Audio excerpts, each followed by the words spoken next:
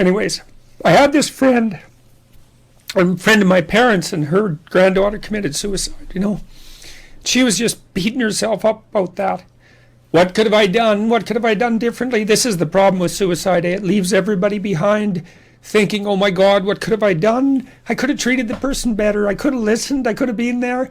It's like, and she was just beating herself up about this, really feeling that she wasn't a useful person, that she'd failed as a grandmother. She's a really good person. And so I went for a walk with her, and I said, and she's married and she likes her husband, and he's a really good guy.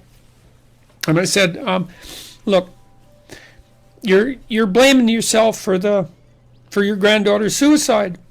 It's like, are you blaming your husband?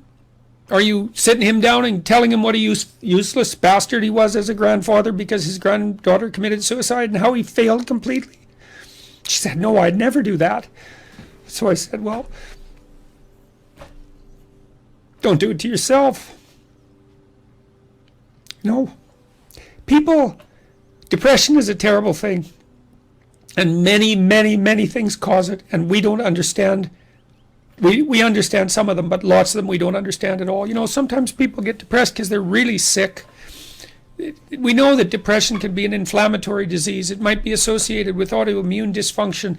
There's lots of reasons that people get depressed, and depressed people can go places that are so dark you just cannot imagine it.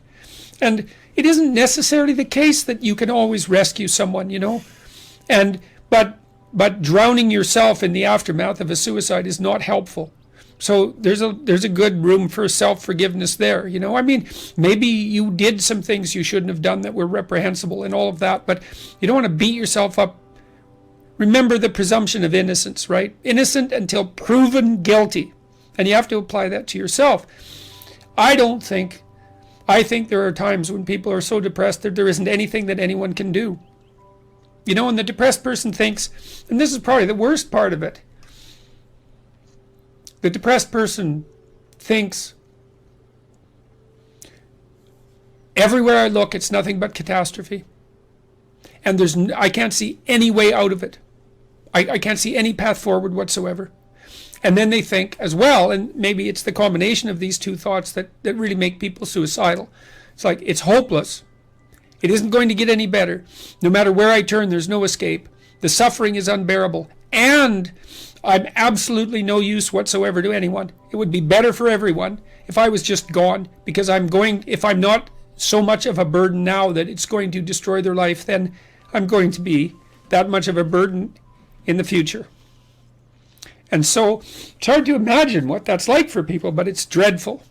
And there's lots of ways you get there. And so you can listen to people.